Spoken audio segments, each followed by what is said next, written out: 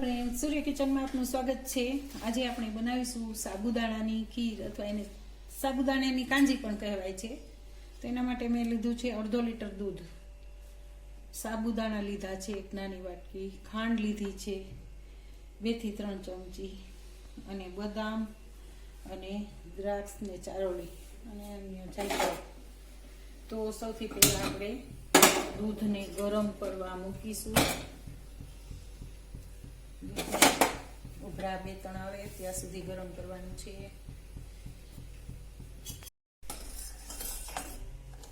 તો આપ જોઈ શકો છો કે આપણું દૂધ એક ઉભરા આવવા માંડ્યું છે, ગરમ થઈ ગયું છે। આ સાબુદાણાની 2 થી 3 કલાક પલાળેલા લીધા છે, જેથી કરીને એકદમ પોચા પડી જાય, એકદમ પોચા થઈ ગયા સાવા।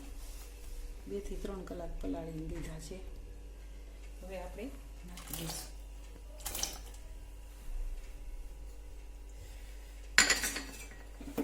સાબુદાણા।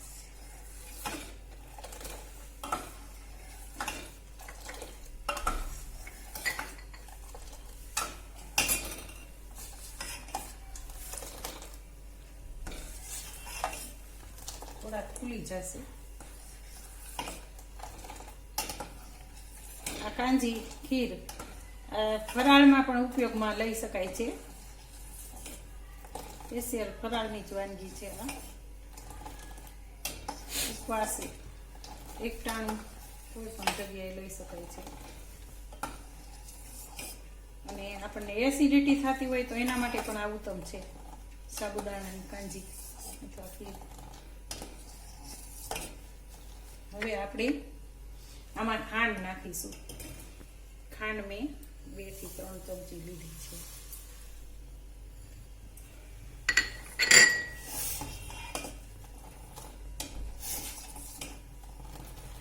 સાબુદાણા એકદમ આપણા ફૂલવા મળ્યા છે,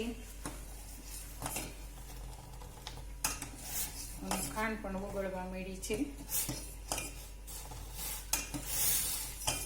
હજી થોડીક વાર 2 થી 3 ઉભરા આવવા દઈશું।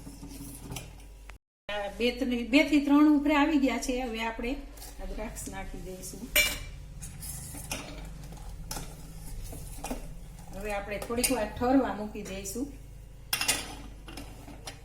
10 મિનિટ ઠરવા મૂકી દઈશું।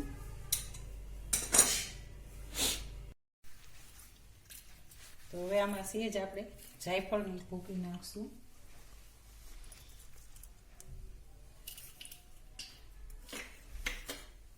તો તૈયાર છે સાબુદાણાની કાંજી।